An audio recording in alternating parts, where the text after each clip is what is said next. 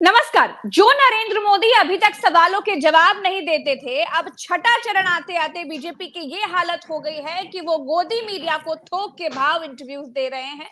नरेंद्र मोदी हर जगह पर सफाई दे रहे हैं, ये दिखाने की कोशिश कर रहे हैं कि वो तानाशाह नहीं है, भले आदमी हैं। क्या होने वाला है 2024 में, कौन जीत रहा है, क्योंकि अभी तक अपनी एक तरफा जीत का दावा करने वाले नरेंद्र मोदी अब उस कगार पर आकर खड़े हो गए हैं कि सरकार बना पाएंगे कि नहीं बना पाएंगे, यहीं पर सारा मामला अटक गया है। आज हमारे साथ अशोक वानखेड़े सर है। सर, आपका बहुत बहुत स्वागत है। अशोक सर, छठा चरण आते आते नरेंद्र मोदी इतने हारे हारे से महसूस करने लगेंगे, इतना उनका कंधा झुक जाएगा, बीजेपी की हालत इतनी खस्ता हो जाएगी, ये तो किसी ने नहीं सोचा था। नहीं, लग तो रहा था, वो भी सोच रहे थे, वो भी एक इसमें जी रहे थे। मुझे लगता है कि इस बार बीजेपी को किसी और ने नहीं मतलब हम तो बिल्कुल ही क्रेडिट लेना नहीं चाहते कि सोशल मीडिया में हमारे जैसे पत्रकार, आपके जैसे पत्रकार या ये जो पोर्टल्स है, इन्होंने माहौल खराब किया। मैं वो भी क्रेडिट लेना नहीं चाहता। एक तो हम अपना काम कर रहे हैं, हमारा वो हमारे अपने अपने अपनी लिमिटेशंस है। बिल्कुल और बिल्कुल। नरेंद्र मोदी जैसे बड़े व्यक्ति से हम कोई लड़ाई लड़ नहीं रहे। ये संविधान की लड़ाई है, ये अस्तित्व की लड़ाई है, हर एक के अस्तित्व की लड़ाई। ये हमारे भी अस्तित्व की लड़ाई, क्योंकि हम पत्रकार है। आप पत्रकारिता नहीं करने दोगे तो हम जाएंगे कहाँ? हम और कोई तो काम कर नहीं सकते। हम कोई कल विमान बोलोगे कि अशोक वानखेड़े को इंडिगो वाला पायलट बनाना चाहता है, देता ही नहीं। अरे भाई साहब, हम अपनी गाड़ी नहीं चला सकते, हम पायलट क्या बनेंगे? तो ये बात तो है। तो सवाल ये है कि जो बात हम समझ सकते वो नहीं समझ रहे, ऐसी बात नहीं। उन्हें वो जो इंटरव्यू दे रहे हैं वो सफाई किस बात की दे रहे हैं? प्रज्ञा जी, वो विपक्ष के आरोपी की सफाई नहीं दे रहे। सोशल मीडिया ने जो आईना दिखाया उसकी सफाई दे रहे हैं। ये बताने का प्रयास कर रहे हैं कि ये जितने यूट्यूब पे, सोशल मीडिया पे ये जो लोग गंद फैला रहे हैं, बेसिकली इनके आईने पे मिट्टी लगी हुई है, इसलिए मेरा चेहरा खराब दिखा रहे हैं। ये मेरा ओरिजिनल चेहरा देखिए आप, कैसा मैं साफ करके आया, इनका आईना साफ। अब उनको कौन बताए कि पहले आप अपना चेहरा धो लीजिए। ये हमारा आईना कैसा है। सोशल मीडिया पे जो इंटरव्यू ले रहे हैं, उन तमाम पत्रकारों की मुझे दया आ रही है। मतलब मानव गुप्ता ने इतना बड़ा लंबा चौड़ा पोस्ट लिखा न्यूज़ 24 वालों ने, और न्यूज़ 24 से तो मुझे अपेक्षा भी नहीं थी कि वो कोई कड़े सवाल पूछेंगे। वहां जो कड़ा सवाल पूछने वाला और जो करने वाला जो था, वो तो एबीपी चला गया बेचारा। और एबीपी ने भी अपनी इज्जत बचाने के लिए एक आदमी को ले लिया कि भाई तू अपने हिसाब से बात कर, लेकिन हमारी बहुत ही क्रेडिबिलिटी डाउन हो गई है। लोग हमको सरकारी भटेत कह रहे हैं, लेकिन कम से कम कुछ इज्जत बचा, इसलिए चौधरी को वहां रखा। तो उसने पूरा बता दिया कि क्या हुआ क्या नहीं, और वहां पे कोई एडिट नहीं हुआ, ये नहीं हुआ। लेकिन सवाल मेरा ये है, जब भी कोई इंटरव्यू होता है, हमें हमारे सीनियर्स ने यही सिखाया कि आप जब किसी का इंटरव्यू करने जाते हैं तो आपको सब्जेक्ट मालूम होना चाहिए, वो व्यक्ति मालूम होना चाहिए। लेकिन आपके पास 50 सवाल होंगे तो अच्छा इंटरव्यूअर वो होता है कि वो पहले सवाल से जो उत्तर निकलता है उसी उत्तर पे सप्लीमेंट देता है, और वो एक हार बनते जाता है साक्षात्कार का। तो देखने वाला को भी मजा आता है, क्योंकि वो पकड़ के बैठता है कि अच्छा इसका जवाब ये दिया तो उसका ये सवाल था, तो उसका ये सवाल था। मजा तब आती है। आपने पूछा कि सर आपने राम मंदिर पे ताले लगा दी कि कांग्रेस, ऐसा आपने कहा? किसने कहा? मेरे मुंह में शब्द मत डालो। दूसरा सवाल, मतलब अमीश देवगन को तो रात को नींद नहीं आई होगी बेचारे को। 2014 से लेकर 2024 तक 10 साल जिसने मोदी जी की सेवा की हो, सारी दुनिया की लताड़ सुन के सेवा की हो, उसको आखिर में मिला क्या? उसके अपने भगवान ने भी उसके कहा कि तू मूर्ख है, तुझे अकल नहीं है, जो मैंने कहा नहीं वो मेरे मुंह में ठूस रहा है। फिर बोले हैं सर, फिर बोले हैं मोदी जी कि बाबरी ताला लगवा देंगे। हाँ, लेकिन अमीश देवगन को तो मना करते हैं। चित्रा जी को कितना बुरा लगा होगा, 2014 से वो भी सेवा में। उनको कहा कि आप लोग तो गांधी परिवार के सेवा में लगे रहते हैं, पता नहीं मीडिया की क्या मजबूरी है कि आप उनको बहुत तवज्जो देते हैं गांधी परिवार को। चित्रा जी भी जाके पूरा अपना 14 से लेके सब स्टोरी ढूंढ रही होगी कि मैंने कब ऐसा किया। अब वो ब्लैक एंड व्हाइट एक प्रोग्राम आता है तिहाड़ रिटर्न का, उसको तो मोदी जी ने बोला कि होमवर्क करके आया करो।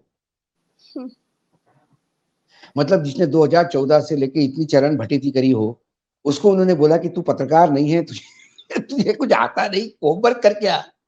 इससे पहले मोदी जी की मंत्री मैडम है, स्मृति मैडम कह चुकी हैं तिहाड़ी उनको। हाँ वो तो, लेकिन जिनका कोई अपना व्यक्तित्व नहीं है, वजूद नहीं, जो ये पैरासाइट्स है, सत्ता पक्ष पे गोची मतलब जो खून चूसने के लिए चिपक जाते हैं और सत्ता पक्ष के सहारे ये अपनी पत्रकारिता जीवित रखते हैं, ये उनमें से।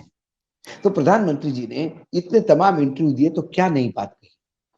लेकिन अभी तक तो सर नरेंद्र मोदी सवालों के जवाब तक नहीं देते थे, अब वही रटे रटाए सवालों के जवाब दे रहे हैं, जा अभी के नहीं, इंटरव्यू राशन की तरह बांट रहे हैं।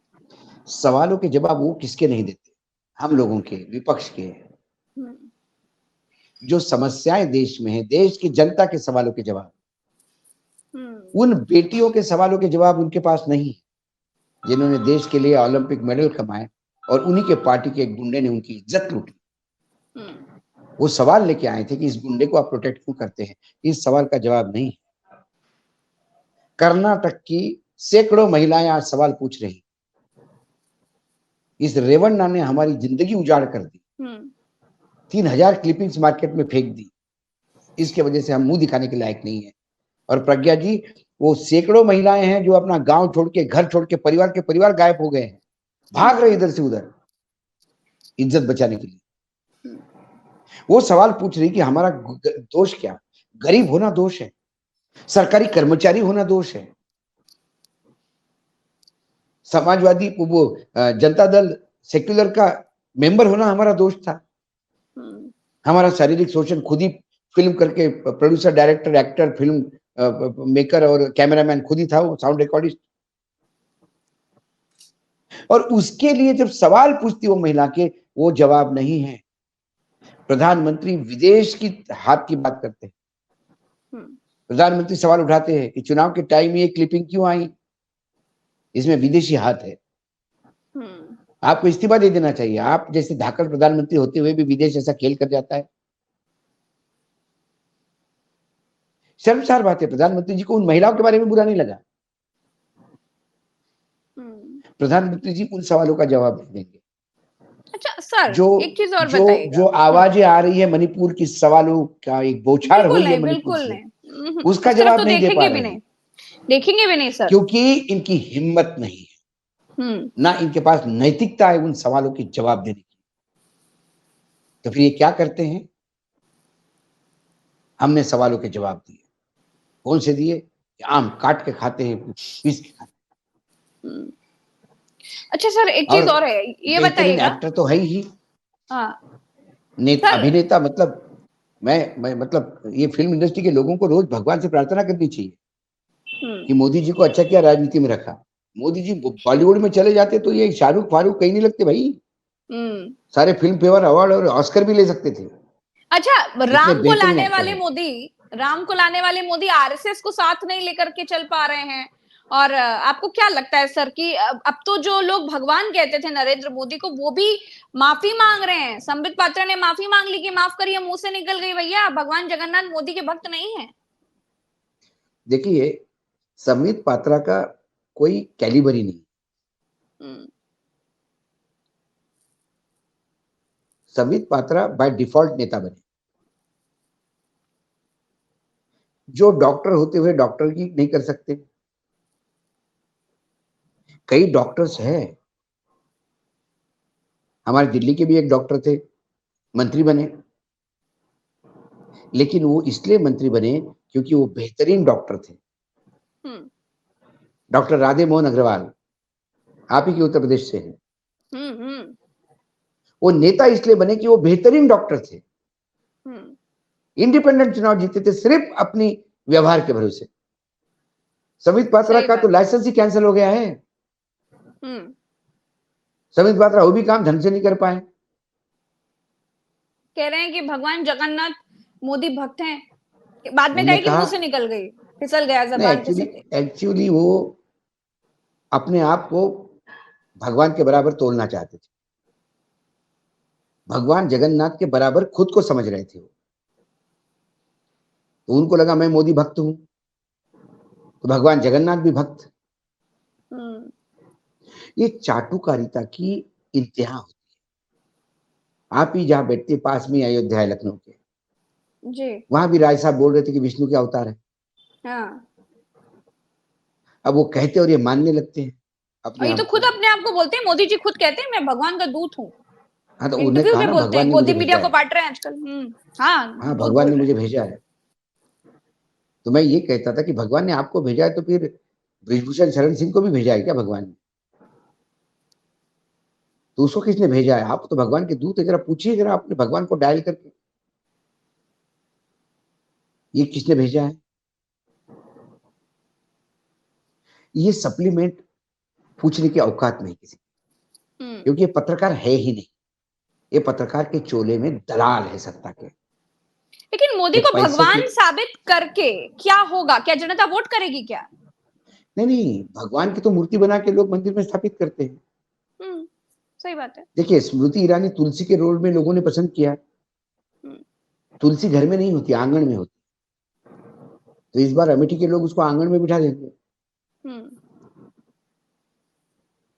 दिल्ली में जब वो नई दिल्ली में लड़ी थी चुनाव, तब भी लोगों ने आंगन में बिठा दिया था। अमेठी के लोगों को लगा कि जाड़े का सीजन है, तुलसी बाहर खराब हो जाएगी, तो अंदर ले लिया। तुलसी का दिमाग खराब हो गया। तो भगवान हो गए यदि सबके मन में मोदी जी, तो फिर अब उनकी मंदिर में प्राण प्रतिष्ठा करने की जरूरत है। ऐसे भगवान की जगह लोकतंत्र के मंदिर में नहीं। ये दिख रहा है, लेकिन प्रज्ञा जी, ये जो आत्मविश्वास है इनका कि हम सरकार बना रहे हैं, हम 300 पार आ रहे हैं, हाँ। ये आत्मविश्वास मात्र राजीव कुमार के भरोसे है। धन्यवाद कह चुनाव दिया आयोग सर। के। चुनाव आयोग को धन्यवाद भी कह दिया नरेंद्र मोदी ने, शांति से चुनाव बिल्कुल। कराने के लिए। उन्होंने शायद गलत और बोल दिया, उनको बोलना ये चाहिए था कि शांत बैठकर चुनाव कराने के लिए आप बैठे रहे 300 चुपचाप, इतना कुछ होता रहा। धन्यवाद। 380 सीटों पे 1,07,00,000 मत यदि बढ़ते हैं, तो एक कॉन्स्टिट्यूंसी में अंदाजन 25,000 वोट बढ़ रहे हैं।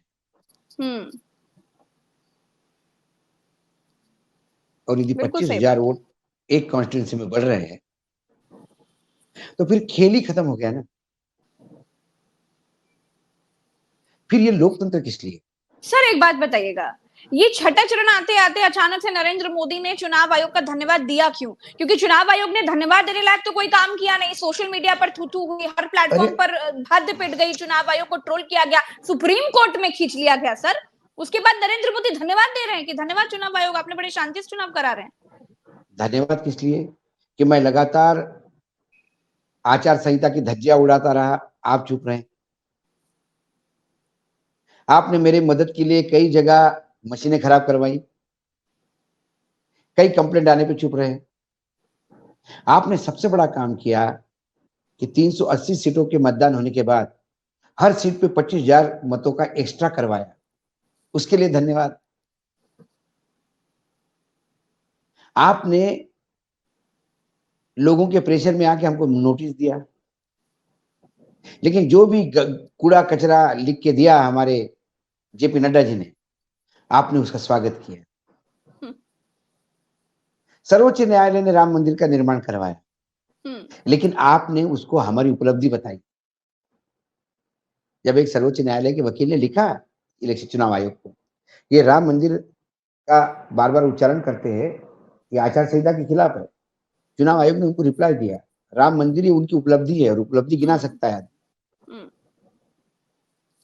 ये जो है, आपने 7 फेजेस में जैसे जैसे हमने आपको टाइम टेबल दिया, उस हिसाब से आपने चुनाव करवाया।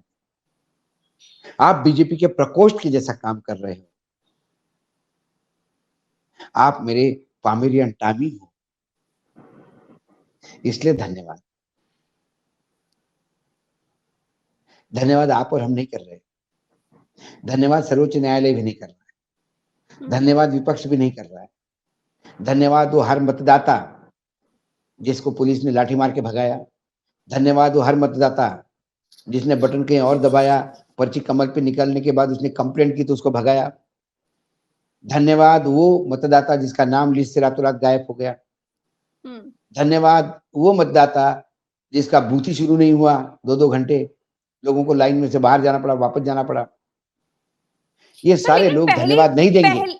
पहली बार ऐसा देखने को मिला कि कांग्रेस ने बहुत कड़ा रुख अख्तियार किया है। राहुल गांधी ने एक बड़ा ही सख्त ट्वीट किया था चुनाव आयोग के ऊपर, जब वो 8 बार, ये एटा का जो लड़का जिसने 8 बार एक ही जगह पर वोट डाला 8 बार, तो उसके लिए लिखा था राहुल गांधी ने कि इंडिया की सरकार बनते ही ऐसी कार्रवाई होगी कि आगे कोई भी संविधान की शपथ का अपमान करने से पहले 10 बार सोचेगा। ये जो रवैया राहुल गांधी का इतना सख्त है, ये पहली बार देखने को मिला। तो क्या हो क्या सकता है सर, अगर इंडिया की सरकार आती है तो क्या होगा? कुछ नहीं है, ये इस्तीफा देके चले जाएंगे। देखिए, राहुल गांधी एक्शन नहीं ले सकते। अल्टीमेटली मामला न्यायालय जाएगा। और न्यायपालिका में न्यायाधीश कैसे होते हैं? सर एक चीज और है, आप कह रहे राहुल गांधी एक्शन नहीं ले सकते, लेकिन नरेंद्र मोदी जी कहते हैं कांग्रेस के शहजादे तो सुप्रीम कोर्ट का फैसला पलटवा देंगे, राम मंदिर वाला, बाबरी ताला लगवा देंगे, बुलडोजर चलवा देंगे। ये अपने सोच से चलते हैं। Every man think is point of view. आप अपने सोच से चलती हो, हम मेरे सोच से चलता हूं। जैसे प्रधानमंत्री जी ने कई फैसले सुप्रीम कोर्ट के बदलाए, वैसे उनको लगता राहुल गांधी भी करेगा। लेकिन प्रधानमंत्री ये बताने के लिए तैयार नहीं है जिसके पिता ने ताले खोले उसका बेटा ताला क्यों लगवाए। सिर्फ आप ही अपने माँ बाप से प्यार करते हो, ये कोई ठेका लेके थोड़ी आए हैं आप। हर इंसान अपने माँ बाप से प्यार करता है और हर इंसान अपने माँ बाप के समान जिनको मानता है उससे भी स्नेह रखता है। मुझे वो दिन भी याद है कि ताल कटोरा स्टेडियम में कांग्रेस का अधिवेशन चल रहा था। राहुल गांधी बैठे हुए थे और अर्जुन सिंह आ गए हाथ में छड़ी लेके चलते हुए। जैसा ही राहुल ने देखा, राहुल फट कर से चेयर से उठ गए और उनको संभल के लाके अपने चेयर में बिठाया। अपने बुजुर्ग के प्रति आपने आडवाणी स्टेज पे हाथ खड़े होकर जोड़ते रह गए और आपने उनको तवज्जो भी नहीं दी और आगे निकल गए। ऐसे कई वीडियोस मार्केट में ऑलरेडी है। जो अपने माता का प्रेम दिखाने के लिए अंदर से इतने बुढ़ापे में उनको बाहर वरांडे में लाता है क्योंकि कैमरे में ये चित्र आना चाहिए। जो अपने माँ को, यदि मैं बेटा होता और प्रधानमंत्री भी होता तो मैं लाइन में लगता, लेकिन मेरे माँ को मैं नोटबंदी के लाइन में लगने नहीं देता। आपने दिखा माँ को लाइन में लगवा के क्या कर दिया आपने? आप एक मैसेज देना चाहते थे कि प्रधानमंत्री की माँ भी लाइन में लगती है। प्रधानमंत्री की माँ लाइन में लगती है, ये बात अपने जगह पे होगी, लेकिन एक युवा की माँ यदि लाइन में लगे, थू है ऐसी जवानी पे जो मेरी माँ को लाइन में लगवानी। लेकिन बार बार प्रधानमंत्री के बारे में ये बात कही जाती है कि मोदी कोई भी चीज ऐसे नहीं कहते हैं, उनकी बातों के पीछे बड़ा घनिष्ठ कुछ मतलब होता है और चाणक्य उनको ऐसी बातें कहने भी कभी नहीं देंगे, ये बात कही जा रही है। सर आपको क्या लगता है कि बार बार राम मंदिर का फैसला पलट जाएगा, राम मंदिर पर बुलडोजर चल जाएगा, रामलला दोबारा टेंट में चले जाएंगे? इस बात से क्या जनता वोट देगी क्या? 2014 से लेके उसके पहले भी नरेंद्र मोदी जी की राजनीति हमेशा डर की राजनीति रही। डराओ और राज करो। ये डराओ और राज करो। ये डराते हैं बहुसंख्यकों को कि अल्पसंख्यक तुम्हारी ऐसी कैसी कर देगा। तो भाई तुम काहे के लिए बैठे हो? तुम काहे के लिए बैठे हो? ये डराते हैं कि राम मंदिर का ताला लग जाएगा। ये डराते हैं कि पाकिस्तान में मिठाइयां बटेगी। तो इसका असर जनता पर ये डराते हैं कि तुम्हारी प्रॉपर्टी चली जाएगी। ये डराते हैं कि ये हो जाएगा। असर दिखा है सर, हमने 14-19 देखा। 14-19 की बात अलग है। देखिए 14 में तो एक नया मॉडल आया था, गुजरात का मॉडल, और इतना भ्रष्टाचार का आंदोलन, भ्रष्टाचार की इतनी ये हुई थी और लोगों को लग रहा था कि वाकई इतना भ्रष्टाचार हुआ है क्या यूपी। और एक विकास, गुजरात के विकास का मॉडल, 100 दिन में महंगाई कम कर दूंगा, 15 लाख रुपए जमा होंगे, 5 करोड़ लोगों को जवाब ये दे दूंगा। उनको आपने उनको 60 साल दिए, मुझे 60 महीने चाहिए, सिर्फ 5 साल। लोगों ने दिए उनको। लोगों ने गलती नहीं की। हमारा देश हर इंसान का स्वागत करता है। क्या हुआ? जब उनको लगा कुछ नहीं हुआ तो पुलवामा, फिर भारत की सुरक्षा खतरे में है, पूरा देश प्रधानमंत्री के साथ हो गया, 300 पार हो गए। अब वो भी समझ में आ गया कि वो साला वो तो पूरा गेम प्लान था। अब इस बार क्या कर रहे हैं? इस बार ना सुरक्षा वाला कोई मामला चल रहा है, ना कुछ चल रहा है, ना कुछ चल रहा है। और ये जो बोल रहे हैं वही 2014 2019 में यही बोल रहे थे। मतलब आपने जितना बोला सबसे ज्यादा गांधी परिवार में बोला। गांधी परिवार से इस देश को डर नहीं है, गांधी परिवार से मोदी डर रहे हैं। तो अपने ऊपर आने वाले जितने भी वार है वो जनता को सामने कर देते हैं कि भाई देखो ये आपको बोल रहा है। तो इस बार ये डराओ राज करो काम नहीं करने वाला है। इस बार बिल्कुल नहीं आ रहा है, बिल्कुल नहीं आ रहा है। सर एक चीज और अब बताइएगा लोग कि इनसे डर रहे हैं। हाँ, लोग अब इनसे डर रहे हैं कि ये आएंगे तो संविधान खत्म हो जाएगा, ये आएंगे तो रिजर्वेशन खत्म हो जाएगा, ये आएंगे तो दलितों की हालत और खराब हो जाएगी। उत्तर प्रदेश के लिए सर तमाम पत्रकार और तमाम पत्रकार संगठन यूपी में बीजेपी को 48 सीटों से ज्यादा नहीं दे रहे हैं। आपका सर आकलन क्या कहता है? मैं 50 तक जाता हूं मैक्सिमम। बीजेपी को 10 से 12 सीटों का नुकसान इस बार यूपी में है।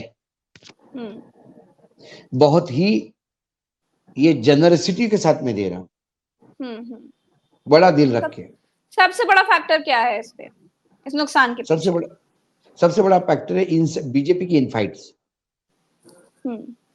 अच्छा, बीजेपी की इनफाइट और बीजेपी ने जो यूज एंड थ्रो की टेक्निक की, राजपूत समाज का यूज कर लिया, ठोक दिया, सवर्णों का यूज कर दिया, उनको फेंक दिया, उनको टिकट फॉर ग्रांटेड, आरएसएस का यूज किया, छोड़ दिया। ये सारे फैक्टर्स जब उनके खिलाफ जाते हैं, और बेसिकली हमें बुलडोजर नहीं, हमें नौकरी चाहिए। लेकिन आरएसएस को अचानक से ये कह देना कि हमें आरएसएस की जरूरत नहीं है, ये तो अपने लिए बहुत सुइसाइडल कदम रहा सर बीजेपी का।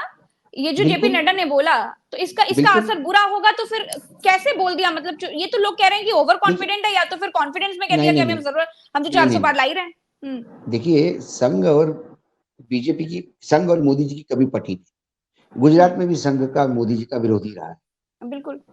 लेकिन संघ के पास और कोई था नहीं, इसलिए संघ ने जब मोदी का प्रयोग किया नेशनल लेवल पे, तो गुजरात से 25 संघ के बड़े नेताओं का एक डेलीगेशन भागवत जी के पास आया। उन्होंने कहा भागवत जी को कि आप गलत आदमी को प्रधानमंत्री बना रहे हैं, ये बहुत भारी पड़ेगा सबको। तब उन्होंने कहा कि आप चिंता मत करिए, लेकिन अब चिंता का समय आ गया भागवत जी के लिए। तो ये पहले 2 फेज में जिस हिसाब से संघ बैकआउट हुआ, क्योंकि संघ सामूहिक नेतृत्व की बात करता है और ये मोदी की गारंटी बोलते हैं, मोदी की सरकार बोलते हैं। तो संघ जब बैकफुट पे आ गया, तो ये संघ को समझाने नागपुर तक गए। जब वहां पे भी मुलाकात नहीं हुई, तो ये फिर बौखला के वापस आ गए। फिर इन्होंने इनडायरेक्टली धमकी दी संघ को कि आपकी जरूरत नहीं है। अच्छा, जो बात जेपी नड्डा ने एक इंटरव्यू में कही, आपके कहने के अनुसार धमकी है ये आरएसएस को? धमकी है, आपकी जरूरत नहीं है हमको। और ये धमकी इसलिए है कि अंगूर खट्टे हैं। जब मिल ही नहीं रहे अंगूर खाने को तो क्या करूं? तो अंगूर को बदनाम कर दूं, खट्टे हैं ये, उसी में खुशी मनाओ। ये खट्टे है इसलिए नहीं खाए, ये बात अलग है कि आपके हाथ नहीं लग रहे। हाँ। तो ये वो प्रचार हो गया। तो संघ को खोने को कुछ नहीं है। संघ ऐसा थोड़ी है कि सिर्फ मोदी आने पे संघ बन गया। संघ मोदी इसलिए आया कि संघ था। बिल्कुल सही बात है। अब वो बैलगाड़ी के नीचे चलने वाले कुत्ते को यदि ये लगे कि वो बैलगाड़ी चला रहा है, तो प्रज्ञा जी वो अब उसको कौन समझाए? गुमान हो जाता है। यदि कल मैं ये समझाने लगूं कि प्रज्ञा का शो मैं ही चला रहा हूं, ये मेरी मूर्खता है। तो मैं एक दिन कहूंगा कि मैं आऊंगा ही नहीं, प्रज्ञा जी क्या करती है देखता हूं। पता पड़ा मैं तो घर बैठ गया, प्रज्ञा जी तो सोच नहीं रहे हैं। तो हर आदमी ने अपनी स्थिति, अपने साथ वाले की स्थिति हम्म। ये अच्छा सर, माननी एक चाहिए। चीज, सर समय हमारा हो रहा है पूरा, इसलिए मैं एक सवाल और आपसे पूछना चाह रही हूँ। अभी आपने उत्तर प्रदेश में 50 सीटों की बात कही है। अभी नरेंद्र मोदी फिर डराओ और राज करो कि अपनी राजनीति में थोड़ा और आगे बढ़ते हुए, अभी तक तो मंगलसूत्र और भैंस छीन लेगी कांग्रेस, इस पर थे। आप कह रहे हैं कि सपा आ गई तो सपा जो है टोटी भी आपके घर से छीन कर ले जाएगी। बिल्कुल। हम्म। इस व्यापारी तरह के आदमी है, बयान उनको क्या बात, कह रहे हैं मोदी जी? किस तरह के देखिए बयान क्या कह रहे हैं हास्यास्पद एक बयान है, हास्य। प्रधानमंत्री? देखिए मैं तो यही कह सकता हूं, मैं मोदी जी को गलत नहीं मानूंगा, प्रधानमंत्री है देश के। हम्म। मैं ये मानूंगा कि आने हम्म। वाले समय में टोटियों की बहुत डिमांड निकलेगी। हम्म। टोटियां जो है नल की, हम्म। ये डायमंड और गोल्ड के रेट में बिकेगी। भाई अखिलेश इतने मूर्ख थोड़ी है कि 2 रुपए की टोटी आपके घर से उखाड़ के ले जाएंगे। और टोटियों की कीमत बढ़ेगी, ये कौन कह रहा है? एक गुजराती व्यापारी जो व्यापार करना जानता है, वो कई बार इंटरव्यू में बोल चुके हैं, मेरी तो मैं एक व्यापारी की बुद्धि है। हाँ हाँ हाँ, उसी तो इंटरव्यू में व्यापारी बोला के जिसमें अपने आप को भगवान का दूध बताया। भगवान मना। तो अब सबसे पहले लोगों ने करना चाहिए कि नल नल की टोटियां संभाल के रखो। आने वाली एक एक टोटी 5-5, 10-10 लाख की बिकेगी। तभी तो अखिलेश टोटी ले लेगा आपसे। फ्री फंड में टोटी अखिलेश भी लेके क्या करेंगे? अखिलेश भी विदेश जाके पढ़ा है, वो भी मिलिट्री स्कूल की, हम भी सैनिक स्कूल के, मिलिट्री स्कूल के एक ही फैटर्निटी के लोग हैं। और कम से कम मैं गारंटी दे सकता हूँ कि इतना आईक्यू अखिलेश जी का बुरा नहीं है कि रास्ते की मिट्टी उठा के बेचने लगेंगे। रास्ते की मिट्टी बेचना ये मोदी जी कर सकते हैं, व्यापारिक बुद्धि है। वो पहले भी बता चुके हैं कि मैं हाथ देखना नहीं आता था, और स्टेशन पे बैठ के कैसा मैं लोगों को हाथ देख देख के सीट का जुगाड़ करता था, और चाय भी पिलाते थे और समोसे भी खिलाते थे। ये काम मोदी जी अच्छा कर सकते हैं। तो टोटी बेच के करोड़पति बनना है मोदी जी से कोई सीखे। सर आखिरी तो सवाल, अखिलेश जी नरेंद्र को तो मोदी, एक सही सही मायने में लाइटर वेन में कहूं तो अखिलेश जी को एक पत्र लिखना चाहिए कि मोदी जी मुझे दिन में 1 घंटा एक हिसाब से 15 दिन के लिए आप ट्यूशन दे दीजिए मार्केटिंग की। ये टोटी कैसी लाखों में बेचूं मैं, क्योंकि अब इतनी सारी टोटियां मैं ले लूंगा सत्ता में आने के बाद, तो करूंगा क्या इन टोटियों का? करूंगा क्या? सही बात। तो आप मुझे बताइए कहाँ बिकेगी ये, क्योंकि आप नहीं बोला मैं टोटी, क्योंकि आपको पता है टोटी का मार्केट आने वाला क्या है। अब इससे ज्यादा मैं इसमें क्या क्या बोलूं, मुझे बताओ प्रज्ञा। जब कोई आदमी सही बात है। मूर्खतापूर्ण वक्तव्य देने लगे तो ऐसे वक्तव्यों का विश्लेषण करना भी महामूर्खता है। और मैंने जो अभी बोला है कि अखिलेश को ट्यूशन लेनी चाहिए, करोड़ों में टोटी बिकेगी, ये मूर्खता और महामूर्खता का उदाहरण है जी। तो कई बार सर, मैं कहता हूं ना कि आप आगे वाले को विश्लेषण करने से इतना नीचे उतरना पड़ता है कि कई बार अपने को भी लगता है कि मैं जरूरत से ज्यादा तो नीचे नहीं गिर रहा हूं। और आज टोटियों में यही नीचे गिरने की बात है। क्या करें, दुर्भाग्य है, प्रधानमंत्री हताशा टोटी की है, बात करते हताशा हैं। है, हताशा है सर। हमारा दुर्भाग्य है और उनकी हताशा है। सत्ता का लालच है, जाता ही नहीं। या डर इसीलिए इस है, तरह के बयान दे रहे हैं। या डर है बिल्कुल कि सत्ता से मैं चला जाऊं तो जो मैंने 10 साल नंगा नाच किया, वो यदि मेरे सीने पे विपक्ष करने लगा सत्ता में आने के बाद, तो मेरा क्या होगा? चलिए, लेकिन अब तो इंटरव्यू बांट रहे हैं सर गोदी मीडिया को, राशन की तरह थोक के भाव, अपनी सफाई हमने दे तो फिर रहे से हैं। आज आपके चैनल पे फिर गुहार करता हूं मैं आदरणीय प्रधानमंत्री जी से। मैं भी एक अदना सा व्यक्ति हूं, आप मुझे पत्रकार नहीं मानिए, चलो आप मुझे मूर्ख मानिए, महामूर्ख मानिए, प्रज्ञा जी को पत्रकार मानिए, नहीं तो बहुत सारे लोग हमारे यूट्यूबर पे है। हम चित्रांश को ले लीजिए, आप किसी को भी ले लीजिए, सिर्फ उस चैनल को मत बुलाइए जो सबसे बड़ा चैनल आजकल हो गया है, आप ही के लखनऊ का है सबसे बड़ा, मतलब सबसे विश्व में सबसे बड़ा चैनल है। क्योंकि वो भी पैसे लेके आपको वही सवाल पूछेगा, आम कैसा खाया जाता है। अच्छा। बाकी बाकी यूट्यूबर से आप पूछ लीजिए, एक सवाल पूछने का अधिकार दे दीजिए और उस सवाल का सप्लीमेंट का अधिकार दे दीजिए। सर मुझे लग नहीं रहा कि आपकी इस बात को मानेंगे कभी प्रधानमंत्री, मुझे लगता नहीं है गुहार आपके सामने देखिए, तो कभी नहीं आएंगे। मैं रोज भगवान से प्रार्थना करता हूँ इस आशा ऐसे के नहीं साथ। आपको टाइगर कहते हैं सर। नहीं, मैं रोज भगवान से प्रार्थना करता हूँ इस आशा के साथ, एक दिन भगवान मेरी मानेगा। मैं आशावान व्यक्ति हूँ। मैं मोदी जी को भी एक अच्छे इंसान बनेंगे एक दिन में, वो इंसान बनेंगे। ये मेरी अपेक्षा है। सिर्फ प्रधानमंत्री नहीं बनना, स्टार प्रचारक नहीं बनना, गारंटी देने वाला मोदी नहीं चाहिए, सरकार चलाने वाला मोदी नहीं चाहिए। मुझे संवेदनशील इंसान मोदी चाहिए। यदि माँ के लिए आंसू बहाते हो तो उन बेटियों की भी माएँ थी, उन महिला भी किसी की माँ है, किसी की बिल्कुल पत्नी सर। है, जिसकी इज्जत ही लूटी जाती है। मणिपुर की और मेरी और उस बहनें, तरफ बेटियां, प्रधानमंत्री देखते मेरी भी नहीं। चाची, मेरी नानियां, मतलब एजेड महिलाओं को नहीं छोड़ा मणिपुर, वो भी किसी की माँ होगी। दो आंसू संवेदनशील होके उनके लिए जाइए। अरे हम गुलाम बन जाएंगे आपके, हम इंसान चाहते हैं, इंसान बनिए। बस ये एक गुजारिश है मोदी जी से। ये जी। देश आपको सर पे बिठा के नाचेगा। इंसान बनिए जो आप बनना नहीं चाहते, पता नहीं क्यों।